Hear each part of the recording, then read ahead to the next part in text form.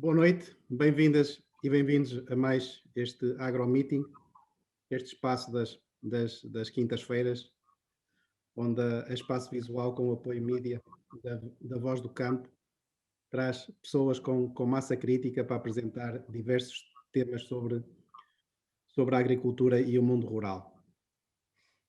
A Espaço Visual é uma instituição que presta serviços aos agricultores e ao mundo rural, quer na componente de projetos, assessoria técnica, licenciamentos, planos de negócio, mas também na vertente de contabilidades, quer financeiras, quer de gestão, portanto, quer também apoio à gestão dos agricultores.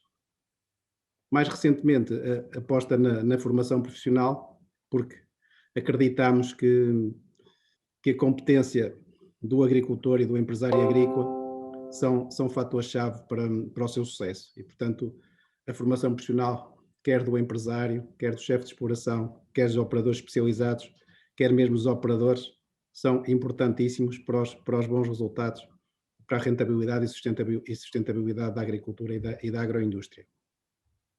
Hoje o tema que nos traz cá é um tema um bocadinho da linha da frente do futuro. A experiência de um vitivinicultor biodinâmico, o professor Fernando Paiva, alguém que se dedica a estes temas já há umas dezenas de anos, que está na linha da frente da inovação, mesmo na linha da frente da inovação, quer a produzir uvas, quer a fazer os vinhos, portanto, com o espírito de uma pessoa séria, honesta e vertical. Sr. Professor, muito obrigado por ter aceitado o nosso convite. É uma honra tê-lo cá. Creio que o conheci em 2006, num evento em Amarante, que nos cruzámos nestes anos todos meia dúzia de vezes, mas desta meia dúzia de vezes que nos cruzámos, fiquei sempre com uma grande admiração pela sua pessoa e pelos resultados. Tenho a palavra. Obrigado. Obrigado.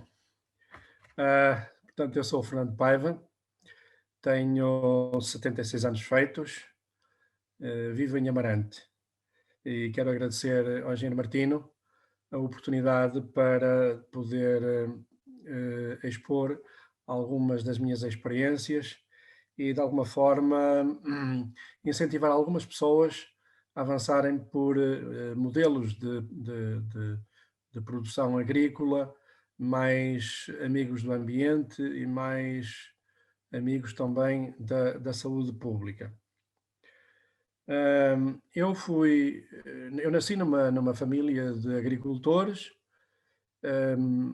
Creio que todos os meus antepassados, todas as gerações que me antecederam, estiveram ligadas à terra, e eu sempre tive alguma curiosidade para saber se seria possível fazer um tipo de agricultura que se destacasse daquela agricultura mais rotineira, aquela agricultura que acabou por enverdar muito pelo modelo químico, e isso foi possível experimentar depois de terminar a minha carreira profissional, que foi o que eu fiz durante 30 e não sei quantos anos, que foi o ensino. Fui professor de História do segundo ciclo. Portanto, reformei-me relativamente cedo, tinha 56 anos, portanto foi há 2000 anos, foi no ano 2000, foi no ano 2000, foi há 20 anos, 21. E porquê é que eu saí cedo? Saí cedo porque houve ali algum aproveitamento de algumas migalhas do tempo em que estive na tropa. Também fiz a minha comissão de serviço na Guiné, na Guerra da Guiné, e portanto isso acabou por ajudar a que eu saísse mais cedo. E foi, de facto, foi um privilégio ter tido a oportunidade de mudar de profissão e tentar depois pôr em prática algumas das minhas ideias. A primeira, é claro que eu sabia que não tinha formação suficiente para pegar numa quinta de cerca de 3 hectares de vinha e, e começar a cultivá-la de forma mais natural, de forma biológica, como eu queria. E, portanto, tive que procurar formação. E a primeira formação que eu fiz, tive muita sorte, porque foi aqui próximo de Amarante, em Sobreco de Basto.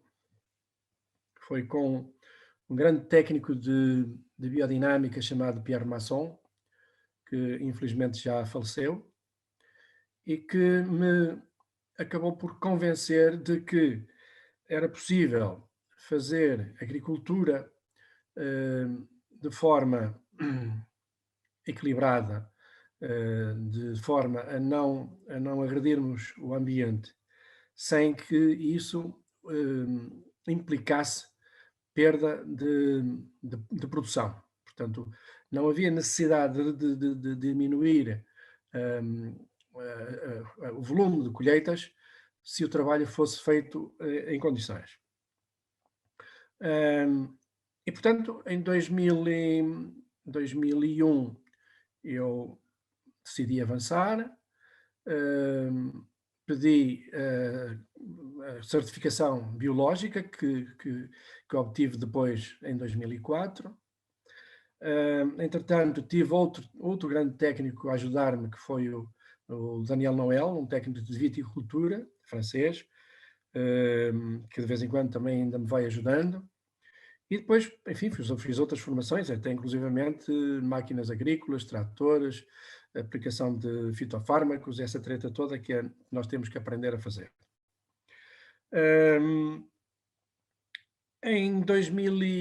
Portanto, em 2004 eu consegui já pôr no mercado um sumo de uva com certificação biológica e o primeiro vinho também com certificação, não era na altura biológica, mas tinha uma designação diferente,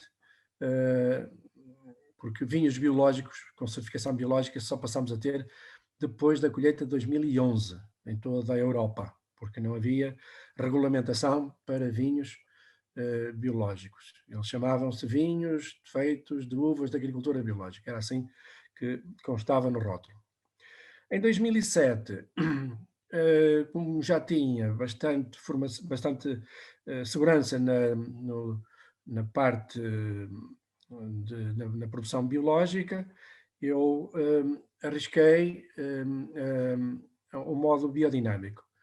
E foi aí que fiz a minha candidatura e que me foi concedida, de tal uma forma que em 2008 toda a produção já teve certificação biodinâmica.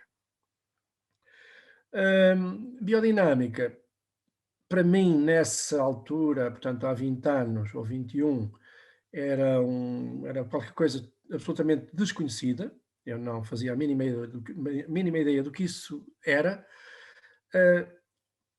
Hoje eu já poderei dizer qualquer coisa sobre a biodinâmica. Também não vou aqui alongar-me, porque isto é um pouco complicado, mas de uma forma assim muito ao de leve, eu digo que a agricultura biológica, a biodinâmica é uma forma de agricultura biológica, embora mais rigorosa em termos de utilização de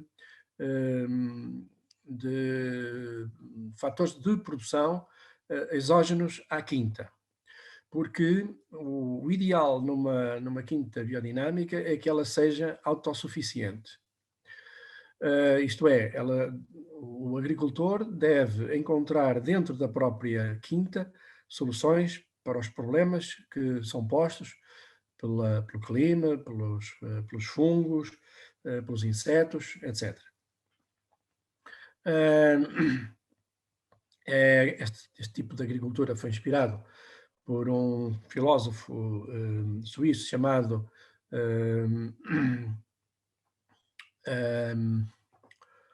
e agora estou com uma branca, ora, chamado Steiner, Rudolf Steiner, que à volta de 1924 fez as célebres conferências aos agricultores. Basicamente, a ideia da biodinâmica é o equilíbrio entre os três reinos da natureza: o mineral que alimenta o vegetal que alimenta o mineral, o animal, e o animal que, por sua vez, depois vai alimentar o mineral. E aqui o agricultor é o controlador, é o responsável por que este equilíbrio se mantenha. Depois há um pormenor que é muito, não é propriamente um pormenor, é um assunto muito sério, que é a obrigatoriedade de aplicação dos preparados biodinâmicos. Os preparados biodinâmicos são também eles de origem dos três reinos, o mineral, o vegetal e o animal, e que são, quem fizer agricultura biológica, obrigatoriamente tem que aplicar os preparados biodinâmicos. Não vou entrar em pormenores relativamente aos preparados biodinâmicos, refiro-me concretamente a dois que são aqueles que são mesmo mais importantes. Um deles, que é o preparado 500, que é a célebre bosta de corno, que é aplicada ao solo no fim do inverno e no fim do outono, e a sílica, que é aplicada sobretudo na parte foliar, durante o verão, até às colheitas. Mas depois os preparados, antes de serem aplicados, têm que ser dinamizados com água e depois aplicados ao solo ou em gota a gota ou de outra forma idêntica, e na parte foliar com pulverizador. Passando um bocadinho à frente, vou passar a falar concretamente da vinha. Portanto, a minha vinha está situada, tem duas parcelas, uma parcela maior no concelho de Felgueiras e outra menor no concelho de Amarante. No total são pouco mais de 3 hectares. Tenho 3 castas muito utilizadas aqui na região dos vinhos verdes, que são o Azal, o Loureiro e o Arinto. O solo é um solo misto de calcário e argila, solos bastante profundos. A vinha é conduzida em sistema de cordão, e os tratamentos que fazemos são baseados em plantas que temos na vinha ou que temos nas proximidades. Usamos muito o eucalipto, usamos a cavalinha, usamos o feto, usamos a consolda, a ortiga, citrinos, e quando isto não é suficiente, quando os ataques de fungos são muito violentos, nós recorremos ao cobre, que podemos utilizar até 3 kg por hectare ano, e ao enxofre.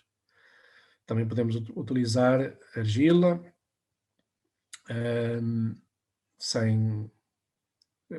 podemos utilizar a argila que for necessário utilizar.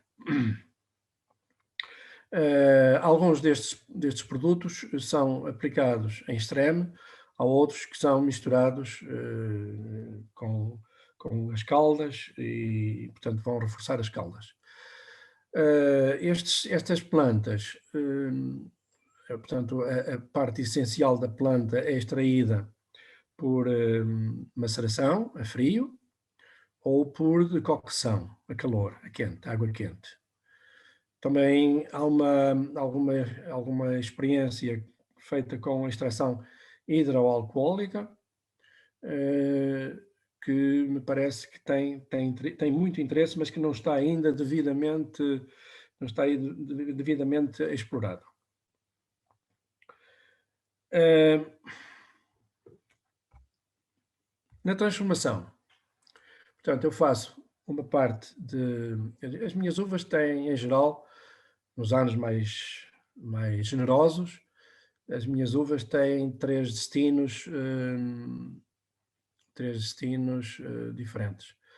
Uma parte é para destinação ao vinho branco, uma outra parte a sumo de uva e uma terceira parte vai para um agrupamento de produtores, eh, que é a Vinibio, que eu mais 3 produtores biológicos constituímos em 2008 e que tem funcionado de uma maneira bastante eficaz, que é juntar as uvas e fazer um vinho comum com uma marca comum em adega alugada. No meu caso, o meu vinho é feito na minha adega, portanto uma adega pequena, com os equipamentos que são indispensáveis para se fazer um trabalho com o mínimo de higiene e um máximo de eficácia. Fazemos vindimas de manhã sempre muito cedo, começamos cerca das 7 horas da manhã e cerca das 11 horas terminamos a colheita, porque pretendemos que as uvas entrem na adega absolutamente frescas. Uma prensagem é feita com as uvas inteiras.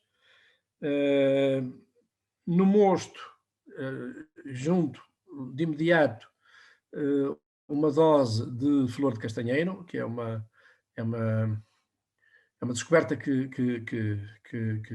fiz juntamente com o Instituto Politécnico de Bragança. Portanto, em vez de utilizar sulfitos, eu acrescento a flor do castanheiro e a fermentação inicia-se depois de uma forma espontânea, sem leveduras exógenas. Apenas controlo a temperatura de fermentação se ela ultrapassar os 18 graus centígrados. Depois disso, é deixar que os vinhos estagiem, que se componham, e o engarrafamento é feito normalmente já em junho ou julho, ou até em agosto.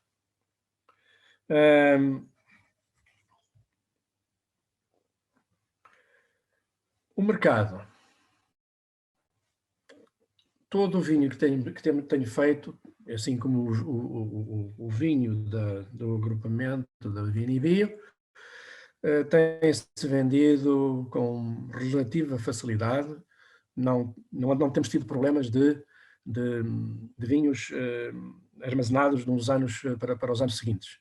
Portanto, os vinhos saem razoavelmente bem. Inicialmente, nos primeiros anos, vendia muito mais para o mercado externo. Dos últimos 6 ou 7 anos, o mercado interno tem se interessado pelos meus vinhos e já estamos mais ou menos a metade para o mercado interno e outra metade para o mercado externo. Mas praticamente só a zona litoral é que tem sido os maiores consumidores, situam-se aí. O Algarve, Lisboa e o Porto. A divulgação dos vinhos foi feita, sobretudo, em feiras selecionadas, que nós não podemos fazer muitas feiras, até porque elas são caras e roubam-nos tempo. Mas selecionámos algumas feiras, fizemos algumas feiras, participámos em alguns eventos relacionados com o vinho e o vinho neste momento está bastante bem cotado, é bastante bem aceite, as pessoas não apresentam queixas e, portanto, as coisas estão a correr bem. E acho que assim, agora ficava-me por aqui, não sei se agora a seguir há Sim, sim. perguntas. Há perguntas. Professor Fernando Paiva, muito obrigado pela apresentação clara e sistemática da sua experiência como viticultor e como vinificador. Eu já tive a oportunidade de provar os seus vinhos e fiquei agradavelmente surpreendido pela positiva, porque tem um aroma e um sabor muito diferente do que é usual, para melhor. Bom, passaríamos então Obrigado. às questões que os nossos participantes aqui nos colocam, como sempre. Eu vou tentar só, só um bocadinho para começar aqui pela primeira. Além do vinho, a primeira questão que cá colocam, além do vinho, será fácil produzir hortofrutícolas em modo de produção biodinâmico?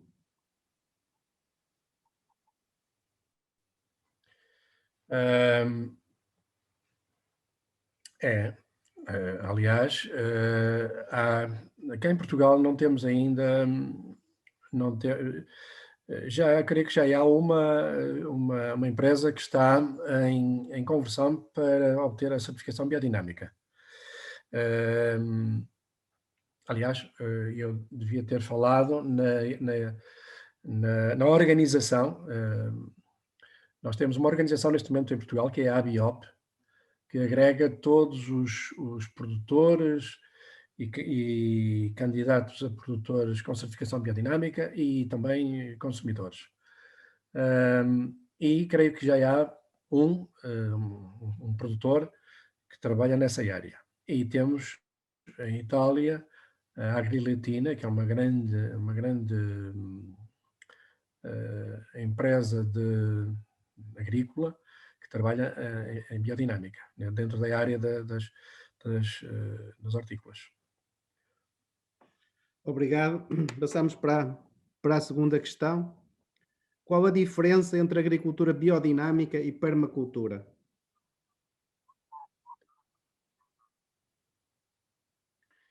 Eu não conheço muito bem a permacultura.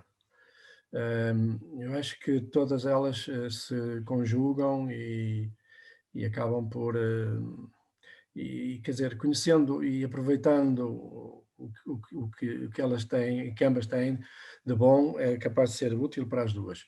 Eu creio que a permacultura trabalha muito para dentro, está muito, é praticada muito por pessoas que se dedicam mais a produzir para si próprias. A biodinâmica trabalha muito para o mercado.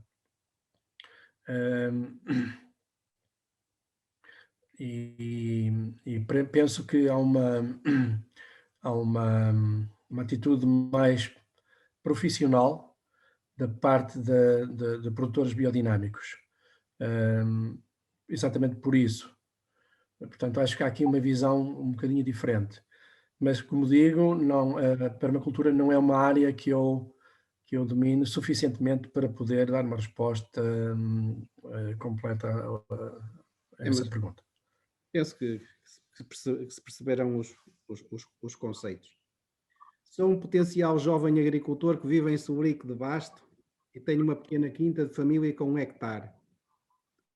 Na sua opinião, faz sentido eu implantar vinha no meu terreno e fazer vinho biodinâmico? Vale, claro que vale. Claro que vale. Trabalhar 1 hectare de vinha em modo biodinâmico ou noutro qualquer, para pôr vinho no mercado, é um risco grande. É um risco grande porque o mercado não se ganha de um dia para o outro, é preciso trabalhá-lo, é preciso investir muito, é preciso, é preciso ter uma retaguarda que permita fazer alguns devaneios, chamemos assim. Agora, com o tempo, um hectare de vinha bem trabalhado, com rigor, com seriedade, escolhendo bem as castas, e fazer um trabalho sério, aí é muito importante fazer um trabalho sério, eu julgo que sim. Agora, de qualquer forma, há sempre aquela alternativa do agrupamento. As pessoas, se não têm o tempo todo que necessitam para trabalhar o mercado, e, portanto, e não vivendo exclusivamente disso, porque é muito difícil viver num hectare, acho que de facto aí impõe-se o agrupamento e levar o produto, portanto, para uma adega onde outros se juntem e ponham vinho depois no mercado. Acho que essa será a melhor solução. Agora, eu, sinceramente, acho que economicamente a agricultura biodinâmica ou a viticultura biodinâmica é viável. O mercado está a pedir mais e mais e mais vinhos biodinâmicos. Quando eu comecei, biodinâmico ninguém ligava. Lá fora já se encontrava em algumas feiras, em Londres, por exemplo, já a biodinâmica já não era nenhum segredo. Mas hoje as coisas são completamente diferentes e há muita gente a procurar este tipo de vinhos. Portanto, eu diria que sim, que faça, mas que faça em condições, que faça bem. E que Esta apareça que estamos aqui perto. Estamos aqui perto e podemos trocar impressões. cooperação, não é, professor? Está aberto à cooperação. Quando fala na Sim, retaguarda, sim, sim, sim, sim. Sim. quando fala que é preciso alguma retaguarda, refere-se a fundo financeiro, não é? Ter capacidade financeira para avançar o negócio e para aguentar. Sim, exatamente, exatamente. Hum, Eu posso-vos dizer que precisei dessa retaguarda. Precisei dessa retaguarda. Eu hoje, hum, parte a viticultura e, portanto, tudo que está à volta da viticultura, todas as despesas, tem uma contabilidade própria e é economicamente viável. Eu não estou, como às vezes as pessoas acham, que alguém que está reformado ou que tem outra atividade, ou tem uma fábrica de qualquer coisa, que transfere dinheiro de uma conta para outra para aguentar a agricultura. No meu caso, eu tenho que dizer muito sinceramente que as coisas funcionam, não tenho dificuldade em pagar as minhas despesas e pagar salários, que é uma coisa muito, muito importante, pagar salários condignos a quem trabalha connosco. Porque este aspecto dos trabalhadores, hoje é muito difícil arranjar trabalhadores para a agricultura. Estamos a recorrer a estrangeiros e por aí fora. Mas nós podemos encontrar dentro das nossas aldeias ou nas nossas vilas pessoas que são capazes de se aventurar a trabalhar connosco, a aprenderem a fazer agricultura à nossa maneira e que o vão fazer depois com brio. Isto vai aumentar a autoestima dessas pessoas e, sobretudo, porque, por um lado, porque vão fazer uma coisa completamente diferente,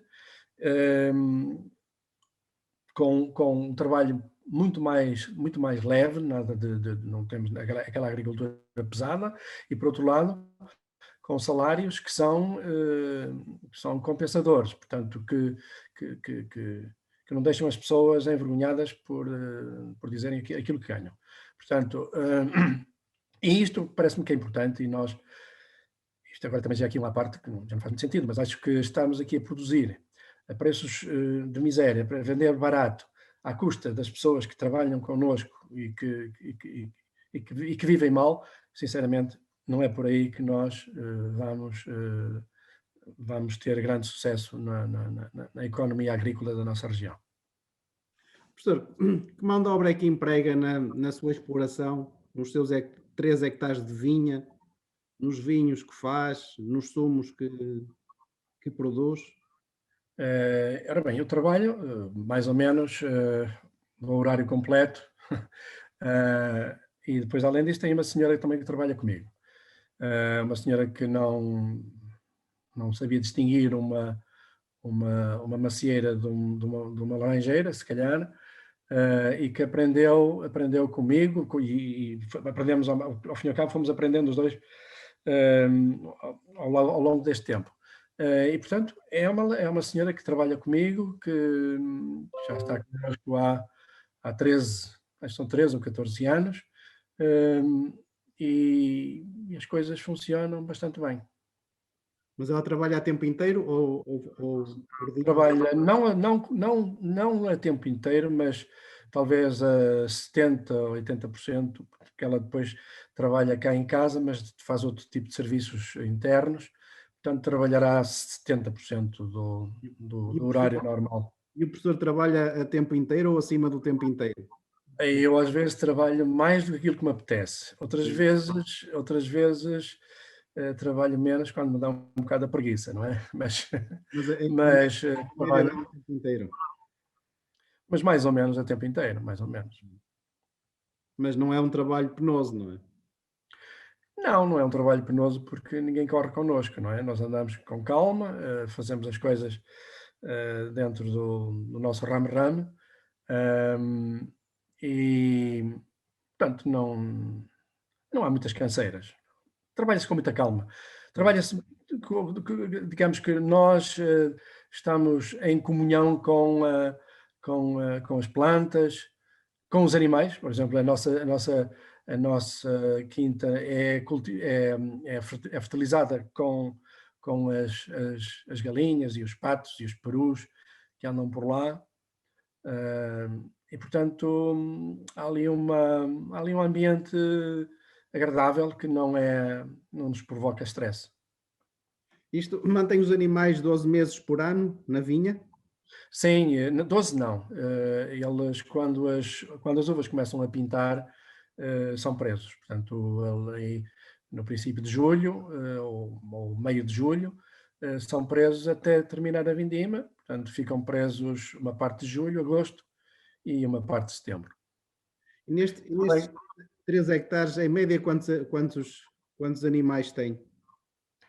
É um bocado difícil porque a gente põe-nos lá e de vez em quando a raposa ataca, mas talvez, não sei, talvez 30, 40, Hum. talvez 30 ou 40. E utiliza parques para o gerir, ou seja, vai confinando em determinadas áreas e depois vai movimentando-os ao longo Não, da não, não, não, não. Nós temos três abrigos espalhados pela vinha, hum, e estão todos ocupados com as aves, e logo de manhã são soltos e à noite são presos. De maneira que mais ou menos cada grupo vai tendo o seu território. Também quando é possível, também passamos algumas ovelhas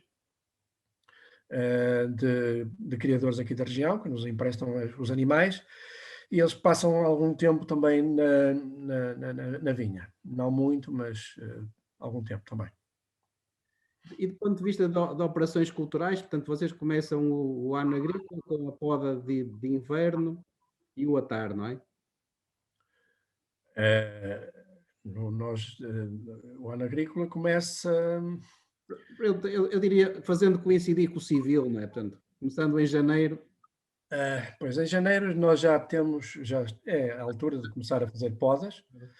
portanto, fazer podas, fazer reparações de arames que estão arrebentados, fazer a limpeza nas linhas, nas videiras, fazer depois, há que fazer a poda, há que atar as varas.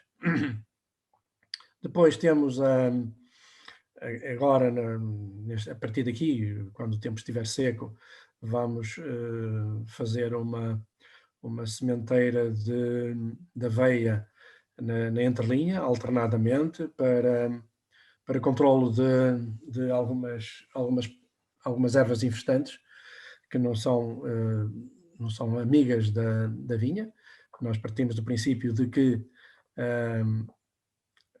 as ervas são todas boas desde que tenham um ciclo de 1 ano, máximo 2 anos. Portanto, que morram para depois darem à terra, darem ao solo aquilo que extraíram. E temos algumas plantas, algumas que são perenes, estão ali, não saem dali para fora e acabam por colonizar o terreno todo. E semeamos normalmente aveia ou centeio para controlar essas plantas. E isso acontece mais ou menos em anos alternados. Portanto, num ano semeamos uma entrelinha, no ano seguinte a vizinha e por aí fora. E que operação fazem para fazer a sementeira? Mobilizam ou espalham só a semente por cima? Faço espalha-se a semente manualmente e depois mobiliza-se com uma grade de discos ou um escarificador, mas normalmente é a grade de discos que faz esse trabalho. Portanto, é uma movimentação muito superficial do solo, é uma coisa mesmo muito ligeira, E porque não convém estar a mexer muito. claro, esta operação de sementeira com mobilização faz quê? No mês de março?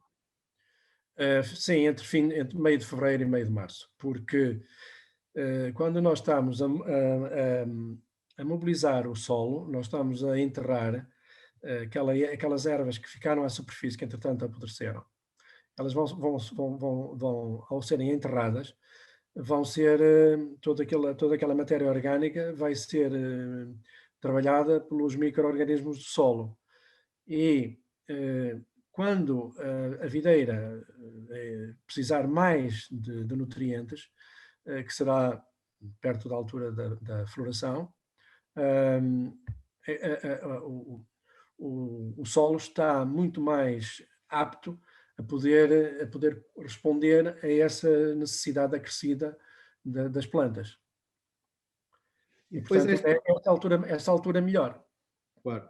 E depois esta aveia ou centeio acaba por cortar, incorporar ou deixa morrer? Eles depois à medida que que cresce, vamos controlando com uma capinadeira, corta-se e fica à superfície, eh, e isto pode originar vários cortes, dependendo do teor de umidade do solo. Se for uma primavera chuvosa, nós temos que fazer esta operação de corte 2 ou até 3 vezes, para evitar que haja ali, primeiro, concorrência com as videiras e segundo, para evitar que os fungos se desenvolvam mais, porque o teor de umidade é muito maior com as plantas ali, se estiverem crescidas. E do ponto de vista de fertilizantes externos, mesmo autorizados para o modo de produção biológico, Não é necessário, aporta algum? não precisamos. Não, nem correção de cálcio? Sim, sim, sim, sim. Calcário, uma pequena correção de calcário, com doses sempre pequenas. Fazemos isso quando as análises do solo nos dizem que o solo está a precisar ou de magnésio ou de calcário, ou de cálcio, e portanto a gente aí, sim, faz à volta de 300 quilos por hectare. E Mais ou menos. essas análises ao solo fazem de quanto em quanto tempo? Normalmente fazemos todos os anos. Todos os anos. Por zonas. Faço uma zona que nos parece que está assim um bocadinho mais debilitada ou que haja ali sintomas alguma doença na vinha, na parte radicular, aí fazemos, normalmente é nessas zonas que fazemos a recolha das amostras, mas praticamente todos os anos. Depois, a partir portanto, do abrolhamento, começam a fazer algumas das pulverizações, não é, para controlar as doenças. Claro, nós temos que tratar a vinha, como qualquer viticultor, só que usamos os nossos próprios produtos. Por exemplo, agora no fim da poda, eu costumo fazer uma pulverização com eucalipto, portanto, com as folhas, com a água de macerar as folhas de eucalipto. E depois começamos então, quando a arrebentação já está naquele estado em que é necessário começar a fazer tratamentos, começo a fazer um tratamento com o cobre, começo a tratar normalmente começo com o hidróxido de cobre, utilizo à volta de 120, 130 gramas por hectare de cobre. E depois, à medida que a sebe vai crescendo, nós vamos aumentando as doses de cobre. Mas nunca ultrapassamos os 350 gramas de cobre por hectare. Associado ao cobre, normalmente também pomos o enxofre molhável. E sempre as plantas. A cavalinha é quase garantido que se aplica sempre.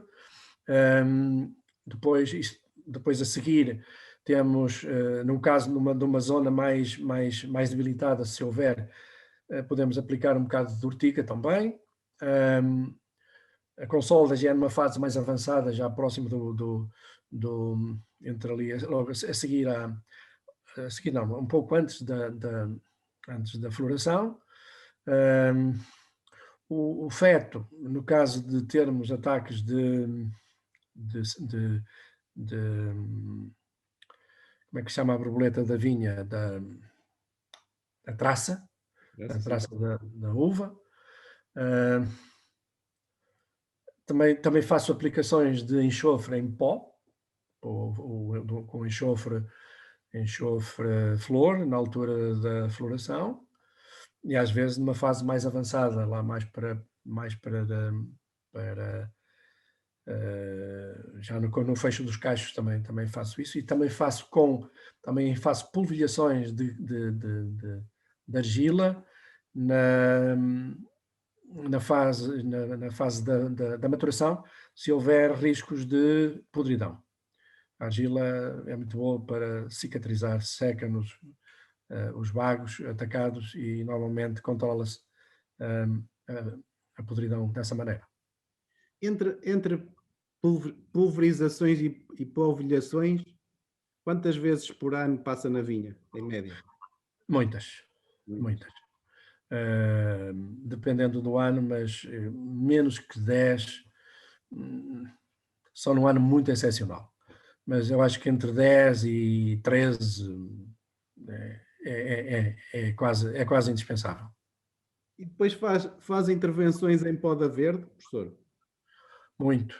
Condução de pâmpanos, de folhas? Muito. Monta de cachos? É fundamental. Monta de cachos, não. Isso ainda é um luxo que eu ainda não consegui atingir. Não. Nós temos na vinha, temos arames móveis que vão subindo à medida que nós subimos à medida que os pâmpanos crescem, para a sebe ficar direitinha e não muito espessa. E o trabalho de seleção começa logo no abrolhamento. Nós normalmente, logo que começa o abrolhamento, nós fazemos uma primeira passagem e, por exemplo, o azal. O azal é uma casta que tem em cada nó nascem 3 ou 4 pâmpanos. E nós vamos logo ali, logo na fase do abrilhamento, e fazemos logo uma primeira seleção. E depois temos que atacar também nas netas e temos que atacar nas folhas. Portanto, nós temos que abrir espaço para que a luz e o vento circulem livremente, porque o nosso maior problema é deixar sebes muito compactas, o, o ar não circula, a luz não entra em condições e o míldio, sobretudo, desenvolve-se a uma velocidade incrível e depois a gente não consegue controlar nada. E, portanto, e as vindimas, em média, fazem que mês? Em setembro? Agosto? Normalmente começamos a 20 e picos de setembro, só houve aqui um ano excepcional que começamos mais cedo, foi talvez há 2 ou 3 anos, mas normalmente a 23, 24, 25, por ali a gente começa a vindima. Claro que temos sempre que fazer aquele trabalho prévio de avaliação da evolução das maturações. Começamos a colher as castas que amadurecem mais cedo, nomeadamente o loureiro, a seguir o pedernã e depois o azal fica para o fim. E, portanto, lá para à volta de 3, 4, 5 de outubro, as vindimas estão feitas. Qual a sua média de produção de quilos de uva por hectare nos últimos 5 anos? Essa é uma questão que está aqui no fórum. Deve andar pelas 5 toneladas aproximadamente. É uma vinha que já tem 26, 27 anos. Portanto, já tem muitas falhas. E mesmo naquelas videiras que estão bastante vigorosas, nós nunca podemos deixar uma carga muito grande, porque depois não conseguimos controlar as infecções de míldio e do ídio. Portanto, logo na poda nós temos que ter o cuidado de deixar uma carga relativamente pequena para que não haja depois folhagem em excesso porque nós não temos químicos para poder, por exemplo, fazer um tratamento curativo, não é? Quer dizer, todos os tratamentos que fazemos são preventivos. Portanto, logo na poda de inverno, nós temos que acautelar, não termos cargas muito altas, porque senão depois perdemos tudo. Obrigado. Quais os resultados mais recentes que obteve na aplicação de flor de castanheiro seca, na vinificação, na substituição de sulfuroso? Ora bem, a primeira experiência foi feita em 2015. Nessa altura fiz 100 litros de vinho, pronto, foi até fiz em barris de cerveja que não tinha cuba para aquela dimensão e foi assim uma coisa muito improvisada. Depois, 2016, já fiz 300 ou 350 litros de vinho branco e fiz também 700 litros de vinho tinto. Na altura tinha uma parcela com vinhão e fiz essas duas. Em 2017 fiz 3.000 litros.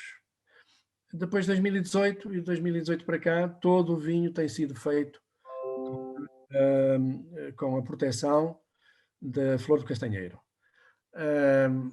Tenho guardado garrafas de vinhos dessas colheitas e a ideia que eu tenho é de que a flor do castanheiro, sendo uma substância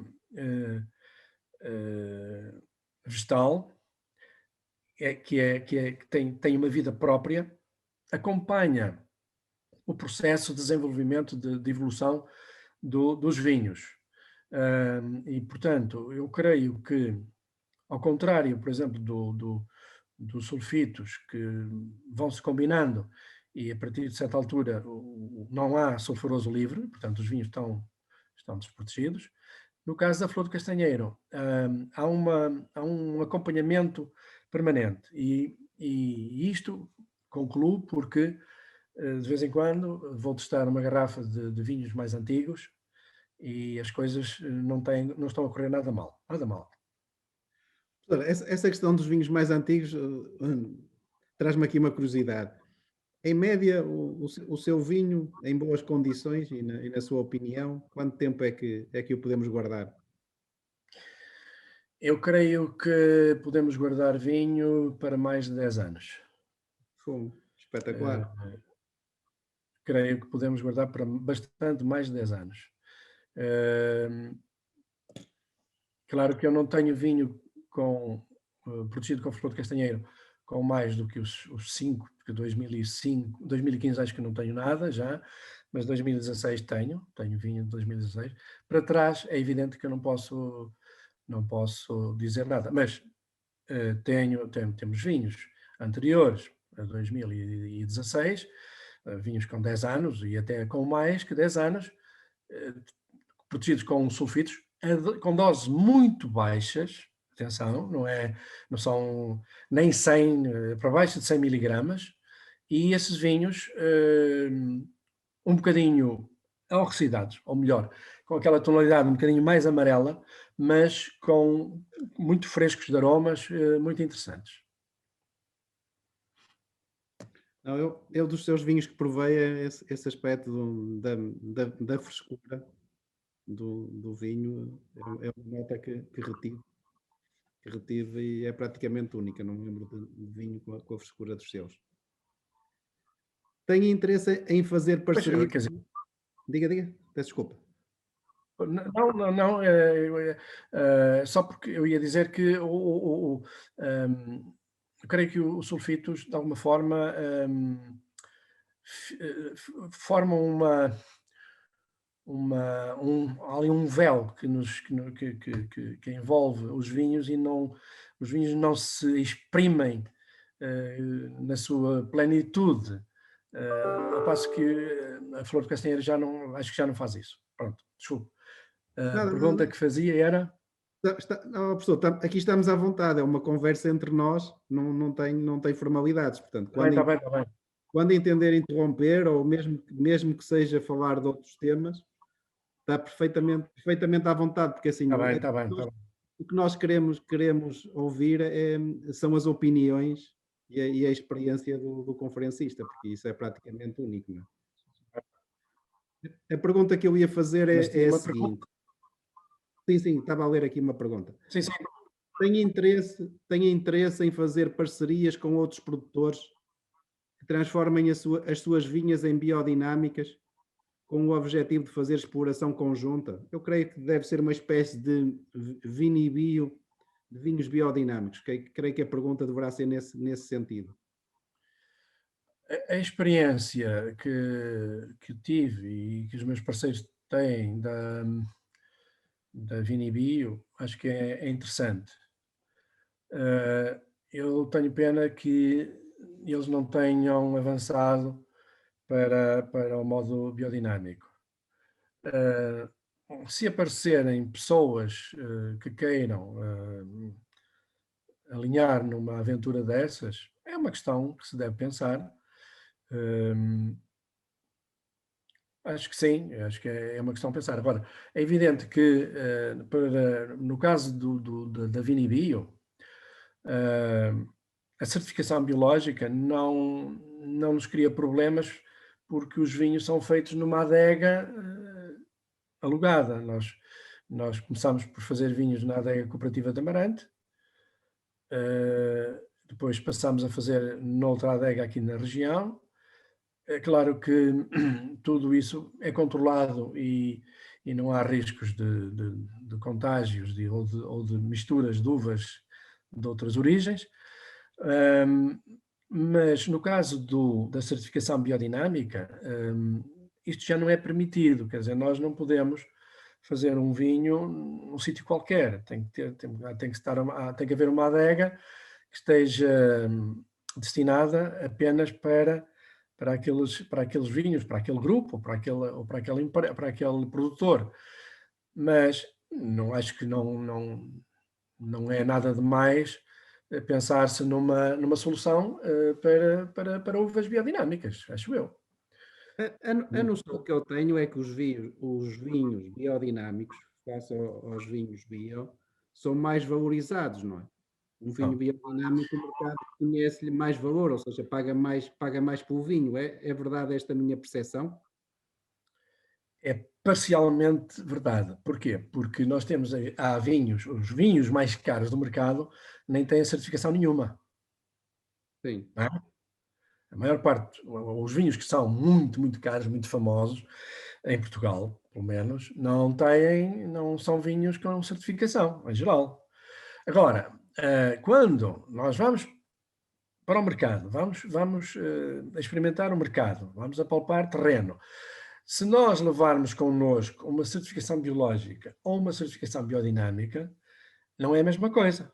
Portanto, o vinho biodinâmico é um vinho mais procurado e, portanto, tem muito mais possibilidades de ter sucesso do que um vinho certificado em biológico, obviamente, não é? Porque nós sabemos que hoje a certificação biológica está um bocadinho permissiva. Eh, há uma possibilidade grande de adquirir fatores de produção muito variados, e, portanto, é uma agricultura que está a fugir um bocadinho àquela ideia de um produto mais natural, mais genuíno, etc. E, portanto, os vinhos biodinâmicos, em princípio, são vinhos que se pagam um bocadinho melhor, mas também é necessário. claro. Excelente. A próxima questão. Que serviços externos de apoio à produção e que fatores de produção utiliza na sua exploração? Fatores de produção externos. Fatores de produção externos. Cobre, sobretudo o hidróxido de cobre e a calda bordaleza, enxofre e argila.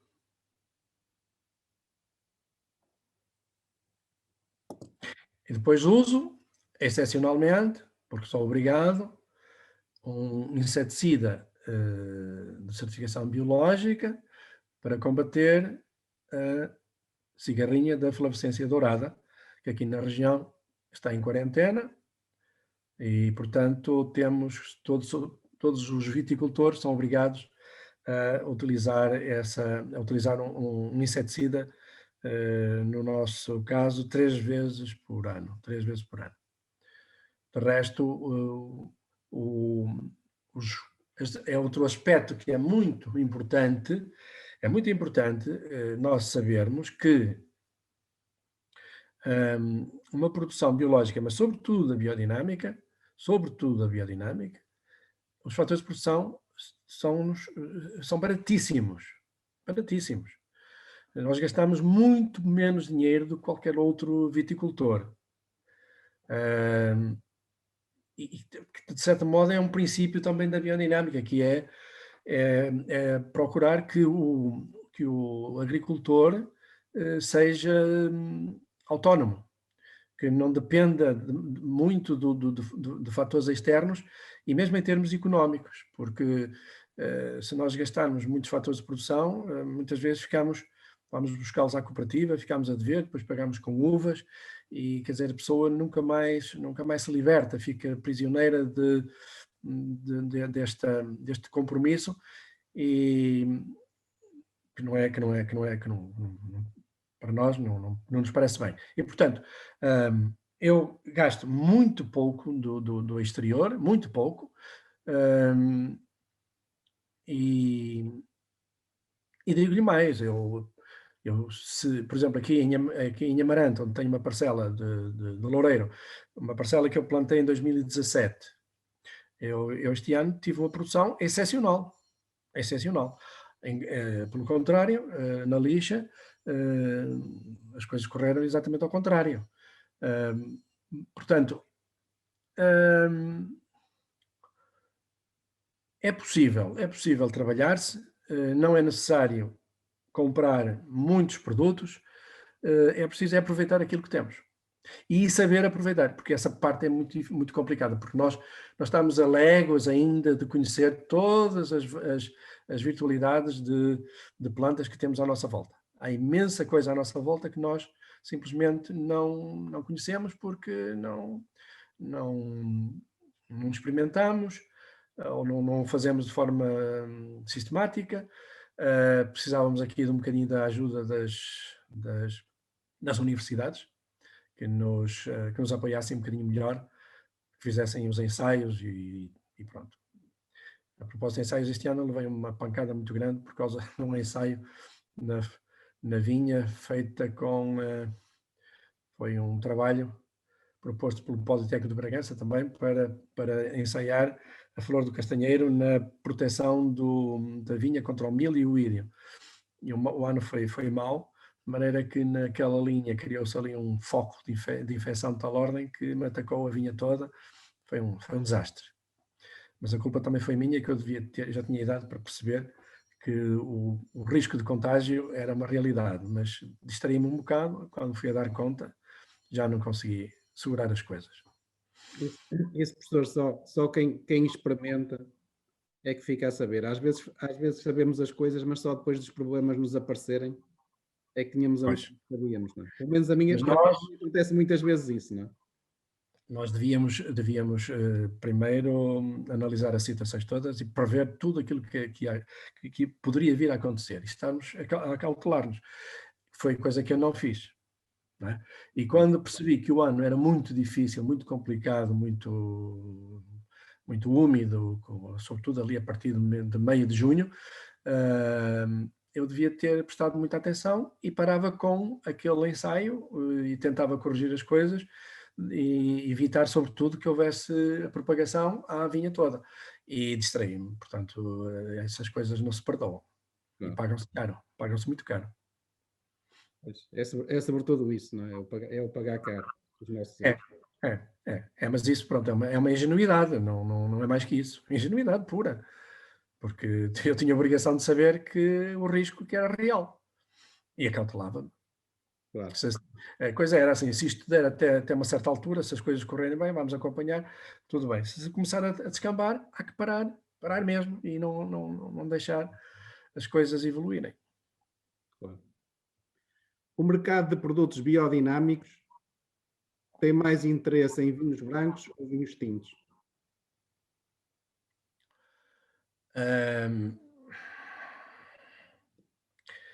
Talvez os vinhos tintos. Porque, bem, o vinho tinto, em princípio, é um vinho que é considerado mais rico e acaba por ser, ao fim e ao cabo, não é? Porque o vinho tinto faz uma fermentação com maceração de películas e o branco, em geral, não faz. Normalmente o branco é feito de bica aberta e todas aquelas substâncias que estão na casca do bago, da uva, não entram na composição do vinho. Agora, já estamos aí, este ano também já fiz um bocado de vinho branco com maceração de casca de uva, não é? Aquela que agora se chama o orange wine. E, portanto, aí os vinhos já são um bocadinho mais complexos, mas não está ainda muito de acordo com os nossos hábitos de consumo de vinho branco. Os tintos são, de facto, são vinhos mais ricos, e o consumidor de produtos biodinâmicos e de biológicos também aprecia muito o conteúdo daquilo que come ou daquilo que bebe. Portanto, há de facto, acho eu que há uma diferença. Pois isso tem também a ver com a próxima questão. Quais os parâmetros técnicos e qualitativos que, na sua opinião, caracterizam um bom vinho biodinâmico? Não sei. eu sou um simples adegueiro. Não sei. Quer dizer, o que eu sei de alguns produtores que conheço, todos tentam fazer as coisas de uma forma o menos interventiva possível. Normalmente não usam as leveduras exógenas, isso aí é quase um crime usá-lo. As pessoas ligadas ao mercado dos vinhos e os consumidores, é uma pergunta sagrada: as leveduras são naturais ou são adicionadas? Portanto, em geral, todos tentam fazer vinhos o mais possível próximos do natural. Não sei mais. Ok. Eu não sei, quer dizer, eu não sei se aqui, se um vinho. Provavelmente sim, provavelmente um enólogo pode fazer grandes intervenções com uvas biodinâmicas e fazer coisas espetaculares, não é? Eu creio que sim. Mas a maior parte dos produtores biodinâmicos são um bocado como eu, assim, um bocado curiosos, adegueiros, mais adegueiros do que enólogos. Sim, mas, professor, o que eu acho relativamente aos enólogos é que eles constroem um dicionário com um léxico muito específico para descrever de uma forma, eu diria, sei lá, feliz e um bocadinho emotiva para descrever o vinho, não é?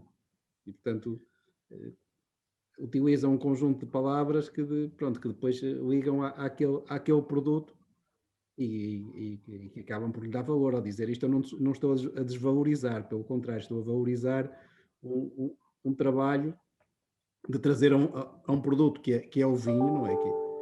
Que é uma fermentação do mosto e que depois, com o processo e a maneira como o processo é conduzido e com a matéria-prima, depois acaba por ter características que eles acabam por descrever muitas vezes de uma forma que eu acho genial, não é? E que ajuda a valorizar os vinhos, não é? Na minha perspectiva, não é? Sim, sim, é um facto. Por exemplo, que o que provei dos seus vinhos, se for um enólogo desses que consiga descrever, provavelmente faz, faz uma descrição ímpar sobre os seus vinhos, não é? Digo eu, esta é a minha opinião. Eh, talvez, talvez sim. Quer dizer, há enólogos e enólogos. Há enólogos, de facto, que, que dão valor àquilo que é a essência do vinho, e há outros que provavelmente gostam das coisas mais, de produtos mais standardizados. Não sei. Eu sinceramente até gostava muito de saber mais sobre a enologia. Ah, Agora, também lhe digo uma coisa: acho que os enólogos que deram valorizaram imensamente os vinhos portugueses, e acho que verdadeiramente os vinhos portugueses começaram a ser os vinhos de mesa, vinhos correntes, começaram a ter procura depois que a produção passou a ter na retaguarda ou na vanguarda até mais, os enólogos, e temos enólogos muito bons. Ahm, e agora, eu gostava era ter um enólogo que pegasse em uvas biodinâmicas, que são necessariamente diferentes das outras uvas, e que fizessem ali um produto específico. Acho que é possível. Professor, o desafio daqui está aceito. Da nossa parte, vamos tentar encontrar a ponte e pô-lo em contacto com alguns enólogos para ver o que é que sai. Porque acho que tem bons princípios, boa matéria-prima e que provavelmente pode ser aí uns vinhos excepcionais. Tem-se feito coisas muito interessantes. Tem-se feito ultimamente os vinhos, e falo dos vinhos em geral, tem-se feito coisas muito interessantes, utilizando a madeira, Agora até o Petnat também já tem aí coisas muito boas, vinhos gasificados, há coisas muito interessantes já, há Claro. muito boas. Muito boas. E os vinhos portugueses estão, de facto, estão a ganhar terreno no mercado externo. Sim, E não é só por serem mais baratos, não é só por serem mais baratos. sim, mas na minha opinião o preço médio precisava de subir. Ainda Sim, sim, sim, sim. estamos a exportar a preços muito, muito baixos e o valor acrescentado na vinha e no vinho não é nada por aí além. Isto é, Não, se não. tirarmos as ajudas públicas que existem à plantação de vinha, à construção de adegas e, portanto, e mesmo algumas ajudas ao rendimento, as coisas terão algumas dificuldades. Claro que há de tudo. Há vitivinicultores que ganham muito dinheiro, mas em média existe rentabilidade, mas não é um valor acrescentado muito, muito elevado. Passamos para uma pergunta mais técnica de biodinâmica. Que preparados biodinâmicos utiliza? Fabrica-os ou compra-os? Eu utilizo os preparados todos. Utilizo, sobretudo, o 500, que é a bosta de corno, e a sílica, para fazer aplicações diretas ao solo e à parte foliar. E os outros preparados biodinâmicos utilizo-os ahm, para o composto biodinâmico. Normalmente aquela bagaços e outros resíduos vegetais, um bocado de mato e assim, faço um composto que depois vai permitir-me fazer plantação de falhas de videiras, fazer uma retancha portanto, e é o fertilizante que eu utilizo. Portanto, utilizo os preparados todos. São o 500, 501, 502, 3, 4, 5, 6, 7. Não faço os preparados, não faço por várias razões, mas principalmente porque, em primeiro lugar, os preparados biodinâmicos não são fáceis de fazer. E a pessoa ou os faz como deve ser, ou então está-se a enganar a si próprio e está a enganar os outros. Não vale a pena. Eu já participei em formações onde se fizeram os preparados biodinâmicos, mas, sinceramente, não me sinto apto a poder fazê-los como deve ser. E depois, há outro problema, que é conseguir ter as peças dos animais onde eles depois são introduzidos, porque quase todos os preparados biodinâmicos passam meio ano enterrados no solo, dentro de peças de partes de animais, ou no corno, ou no crânio, ou no intestino, ou no estômago, ou por aí fora. E, portanto, isso não é fácil de encontrar. Como temos uma associação e essa associação consegue consegue comprar, sobretudo em França ou na Alemanha, consegue comprar os produtos, os preparados, que nem são caros. Pelo menos por mim, eu prefiro comprá-los. Também já agora devo dizer que não são caros na medida em que são doses mínimas. Por exemplo, a bosta de corno, preparado 500, com 150 gramas, faço 1 hectare. Se eu faço duas aplicações, são 300 gramas por ano, por 1 hectare. A sílica são 4 gramas por hectare. 4 gramas. E que se usam 2, 3, raramente mais do que isso. Portanto, em conclusão, não os faço, compro-os ao estrangeiro. Professor, isto é impressão minha pronto, ou não tenho a informação correta? Há um calendário biodinâmico que têm de cumprir quanto às operações? Há um calendário biodinâmico. Se nós o cumprirmos, temos sorte, que as coisas correm melhor. Mas não é obrigatório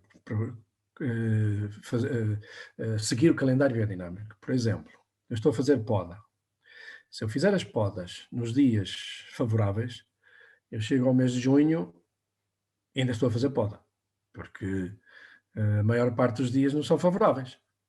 De facto, há os dias que são os melhores, e se a gente puder fazer mais nesses dias, faz, mas não é, não pode ser. Mas há tarefas que nós podemos fazer seguindo o calendário biodinâmico, como sejam os enxertos, uma parte da vindima, uma trasfega, um engarrafamento, um batonage. São coisas que se fazem em dias muito, muito definidos, poucos dias, e podemos programar as coisas para fazer nessa altura. E se o fizermos, de facto, temos vantagens nisso, porque é uma realidade que as forças cósmicas têm influência na vida na Terra, em tudo aquilo que é vivo. E, portanto, podendo utilizar, ganhamos com isso, não há dúvida nenhuma. Mas não utilizam antenas para a gestão da radiação cósmica? Não, Não. não, não. Eu faço a pergunta porque há uns anos vi na Nova Zelândia uma plantação de kiwi biodinâmico em que o kiwicultor tinha distribuídas várias antenas pela plantação para essa É possível. questão da radiação cósmica. É possível que sim, quer dizer, nós ainda estamos na pré-história da biodinâmica. Há muita coisa que se vai testando, que se vai experimentando, e sim, é possível, porque de facto nós estamos carregados com radiações. Mas nós, cá em Portugal, não tenho conhecimento nenhum, nem aqui, nem em Espanha também, acho que não conheço nada disso. A única coisa que temos é um calendário que é feito na Alemanha, que depois é adaptado aos diversos pontos do mundo de acordo com a longitude. E pronto, e a gente consulta e vai vendo, vai se orientando por ele. Ok, obrigado. Há uma coisa que eu há bocado ter dito, espera aí só um bocadinho só, À vontade, é que esteja à vontade, temos tempo. não, era o seguinte, é que há bocado falei nos preparados biodinâmicos e falei nas doses insignificantes que utilizamos. E não disse uma parte que é muito importante, é que estes preparados biodinâmicos só têm eficácia porque são dinamizados. Quer dizer, nós pegamos naquelas quantidades de preparado biodinâmico, pomos em água, água que seja ou da chuva ou uma água que venha de uma nascente minimamente boa, pegamos nessa água, se for para o caso, no caso da bosta, essa água é um bocadinho aquecida até à volta dos 30 e poucos graus, se for no caso da sílica é fria, e essa água é agitada durante 1 hora com um pau, e portanto ela é mexida de maneira a formar o cone, o vórtice, e alterna depois, quer dizer, nós rodamos para a direita, depois rodamos, quando o vórtice está formado, rodamos para a esquerda, criamos ali um turbilhão, portanto alternamos ali um bocado aquilo que é o cosmos e o caos. E portanto isto durante 1 hora. E no fim, essa água tem potencialidades que não tinha antes de ser dinamizada. Esta parte é mesmo muito, muito importante. Mas isso faz isso, portanto, antes portanto, Antes de de colocar aplicar. de aplicar, portanto, Antes de aplica no aplicar. utilizador, Sim. volta a dinamizar, depois passado uma hora aplica e por aí adiante, não é? Portanto, normalmente eu faço uma única dinamização em cada aplicação, porque ponho logo a dose necessária. Portanto, nós com 40, 50 litros fazemos 1 hectare. Portanto, é só uma dinamização que se faz. São 3 hectares, 130, 140 litros de água e dá para a vinha toda. Portanto, não precisamos de fazer mais do que uma vez. E também estes preparados também se devem aplicar em eh, dias favoráveis. No caso da sílica é um dia fruto ou flor, e no caso da bosta é um dia terra, porque nós temos um dia que é raiz ou terra, temos um dia que é folha ou água, temos um dia que é o fruto ou calor, e temos um dia que é a flor, hum, que é, ora, água, terra, fogo e ar. Portanto, isto é um bocado aquela terminologia da antiguidade clássica, dos elementos da natureza, não é? Claro. Ah, Mas, e pronto, é assim. ó, professor, agora criou-me aqui uma curiosidade. Que tipo de pulverizador é que tem para aplicar 150 litros de calda em 3 hectares? É um nebulizador, Não é? portanto, onde tem um débito muito baixo, muito Mas é baixo. acoplado, Eu tenho dois. trabalha acoplado ao trator? Um trator, sim, sim, Não. sim. Ahm, ahm, eu tenho 2 pulverizadores, tenho um para fazer os tratamentos normais quando utilizo o cobre, e tenho um só para os preparados, para a aplicação dos preparados biodinâmicos. Ok, obrigado. Quanto custa É tudo? quanto custa a certificação de Demeter em agricultura biodinâmica? Quantas vezes por ano vêm fazer o controle físico à sua exploração vitivinícola? Ora bom, a certificação biodinâmica, em Portugal é é atribuída pela Demeter Internacional, que tem sede na Alemanha. Quando num país, por exemplo, a Espanha, quando tem muitos produtores certificados, no próprio país cria-se uma Demeter do país. Demeter francesa, Demeter espanhola e por aí fora.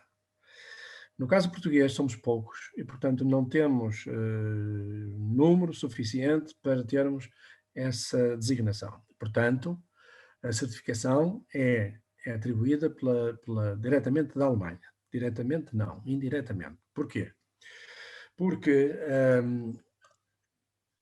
que é difícil, ficava muito caro fazer deslocar um técnico, um inspetor da Alemanha aqui, e portanto, a Demeter Internacional tem um acordo com 2 certificadoras portuguesas, que são a Sativa e a Ecocert, e portanto, cada uma destas certificadoras tem técnicos, formados em biodinâmica, e são esses técnicos que fazem as auditorias, elaboram os relatórios, e a Demeter Internacional, na Alemanha, analisa e depois apresenta as devidas propostas de correção, reprova ou aprova, e é assim que as coisas têm funcionado. Claro que nós, para termos a certificação biodinâmica, temos que ter também a certificação biológica. Não, A biodinâmica poderia cobrir as duas e ser uma só, mas não. Pagamos, portanto, uma certificação biológica, pagamos a auditoria que o técnico da certificadora nacional nos faz e depois pagamos à Demeter Internacional 1,6% sobre a faturação, exceto para o mercado interno, que é 1%, e mais alguns países, poucos. Portanto, é assim que as coisas funcionam e não é propriamente barato, mas para o meu caso é vantajoso na medida em que consigo levar o vinho a todas as partes do mundo, porque ele está certificado por uma certificadora que é universal. Portanto, essa é a grande vantagem. Se eu fosse um produtor muito antigo, que tivesse o vinho no mercado há muitos anos, que tivesse preços muito bons, eu provavelmente não precisava. Até podia fazer a biodinâmica, porque isso permitia-me fazer vinhos com melhor qualidade, mas provavelmente prescindia da certificação. Para que é que eu queria a certificação se os vinhos já tinham nome no mercado, não é? Portanto, mas a minha grande muleta para entrar no mercado foi a certificação biodinâmica. Não vale a pena estar aqui a camuflar as coisas. E quantas vezes é que os técnicos vêm à sua exploração em cada ano? Entre o biológico e a biodinâmica são mais ou menos 3, 4 vezes. 3, 4 vezes. Para as duas, para as certificações, para a biológica e para a biodinâmica, para as duas. Além da vinha, também certifica o vinho, não é? Tem a dupla Tem certificação. que certificar, exatamente. Claro. Tem que ser as duas coisas. Nós temos aqui inúmeras questões, mas estamos a chegar ao fim e, portanto, eu só irei fazer mais uma, que é a próxima, e que tem a ver como faz a recolha da flor do castanheiro. É Recolhe simples. flores Diga. femininas ou flores masculinas ou ambas? Não, as flores femininas ficam lá, são as que dão origem ao ouriço, não é? Nós colhemos aquelas que caem. Normalmente apanham-se mesmo no chão. Elas caem já depois de ser feita a fecundação do ouriço. Apanhamos essa flor, secámos-la e depois trituramos e o mais polvilhada possível e põe-se de molho antes de misturar no mosto para ela não ficar a boiar, porque se a pusermos seca ela fica a boiar, portanto não vai misturar-se, não vai provocar o efeito que é necessário, mas põe-se com um bocado de água a macerar e depois junta-se ao mosto e a fermentação é feita com a flor lá dentro. É muito simples, barato, A secagem que faz é ao sol ou à sombra? à sombra. À sombra, se, entretanto, ela já não secou ao sol debaixo do castanheiro. Claro, claro. Pode acontecer que ela, quando vem, porque ela já vem praticamente seca, pode ter secado ao sol, mas às vezes também ainda dá, se os castanheiros são relativamente baixos, dá para a gente colher alguma à mão, de cima, da parte de cima do castanheiro, que é quando ela vem mais aromática, mais interessante, mais amarelinha, mais fresca, essa é melhor. Se não houvermos dessa, aquela que já está castanha escura também é boa. Ok. Professor, obrigado por esta excelente lição. Eu, pelo menos, aprendi imenso. Tenho pena de poder dar mais.